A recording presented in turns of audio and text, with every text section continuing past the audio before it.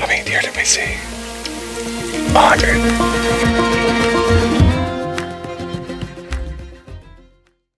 Afternoon, everybody. Well, late afternoon. I got about 2:30-ish, and I'm gonna head on out here to my spot that I've been at the last few times, and where I was Saturday, where I saw that buck and those two does.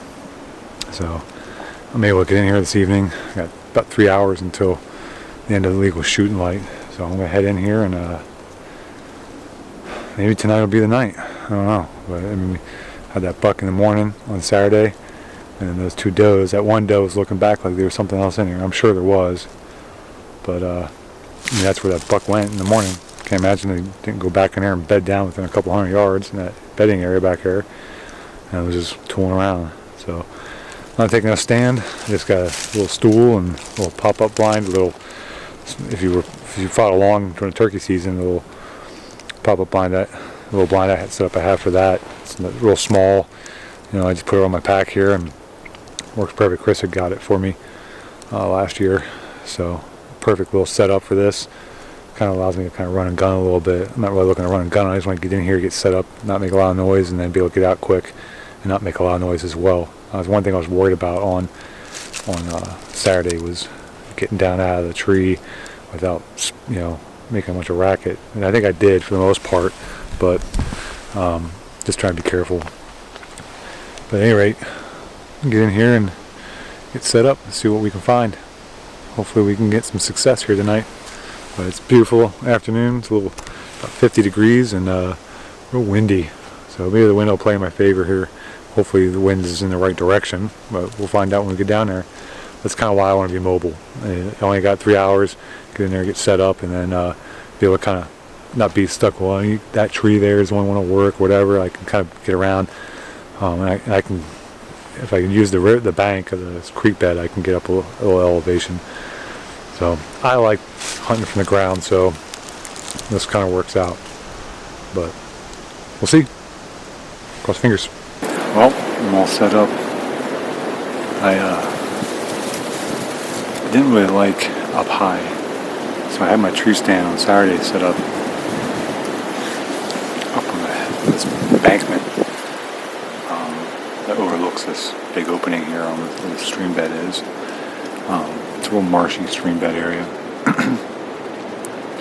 but the ground level, I didn't really like it for two reasons. One, there's a lot of brush. It was hard to see. Didn't have good shooting lanes. I kind of walked this whole little thing, checking it out. A couple spots that might have worked. The other factor is this wind. So as you can hear, you can see behind me, this wind is ripping. It's kind of swirling a little bit. So what I decided to do is I want to get down on the ground level in the stream bed itself. One is protect it a little bit from the wind, and it may help with the swirling. In a sense, if the wind dies down here towards the end of the afternoon, the evening, it's going to settle down here anyways.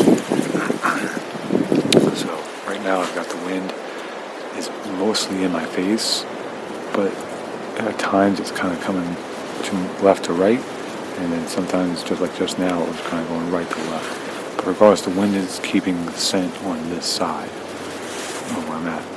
So where I'm setting up is I kind of set up down where those does came out on Saturday night.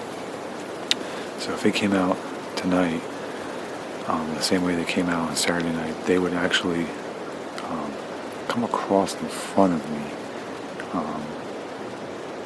Probably, I haven't ranged it yet, but my guess is about 40 yards. So they were 100 yards from where I was on Saturday. I ranged one of those does, and they were right about 100 yards, just a little over. But here they would come out and they would cut across in front of me, heading that way. So regardless, the scent should still be, the wind should still be my favorite. Regardless, now this wind stops and things drastically change, then I'm just screwed. Period. But then what I ended up doing is I found this. There's a down log here, and it's right up against this embankment, and it's got all this stuff here behind me. So I'm literally sitting in this brush. So, and I've got this log in front of me. So the only thing visible that should be visible from anything coming out of this tree line would be from my chest up. So essentially, what you can see in the screen here. So, and I've got plenty of back cover here. So kind of similar setup of how I did with that hunt in Pennsylvania when I shot the doe.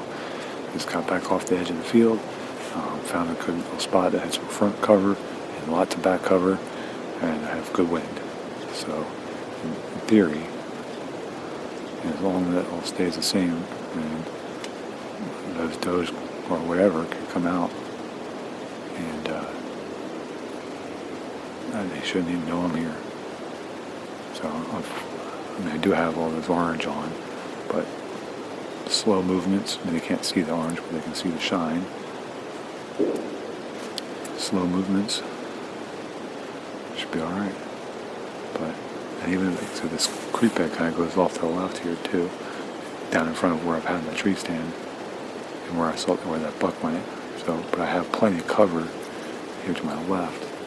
So if anything comes from that way on that tree line, I've got plenty of cover until it's right here in front of me. So, I mean, this is a perfect, like, anything that pops out here, all I gotta do is, center mass right behind the shoulder, and we got a lot of meat on the ground. So, but yeah, I've got 2 hours. 2 hours. I got about, if we go off the same timeline as Saturday, ideally here in about an hour, we might have some stuff popping out. So we'll see what happens. It'd be nice if we could see something here. But I'm going to sit here and watch this field. See how this works out. Trying something different. You know?